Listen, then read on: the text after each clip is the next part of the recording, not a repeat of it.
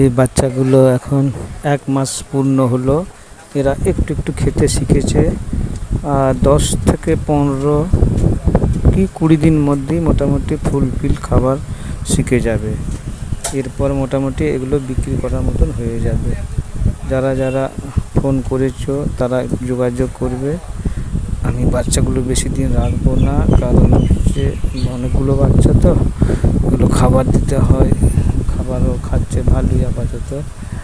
তা আজকে থেকে যে তারিখ, এই 15 থেকে 20 দিন হলে খুব ভালো হয় আর কি। এর মধ্যে বাচ্চাগুলো হৃষ্টপুষ্ট আছে, দেখলে খেতেও শিখে গেছে, খাচ্ছেও ভালো। ওই ওই ন্যাচারাল খাবারই খাচ্ছে, হাতে তৈরি খাবার,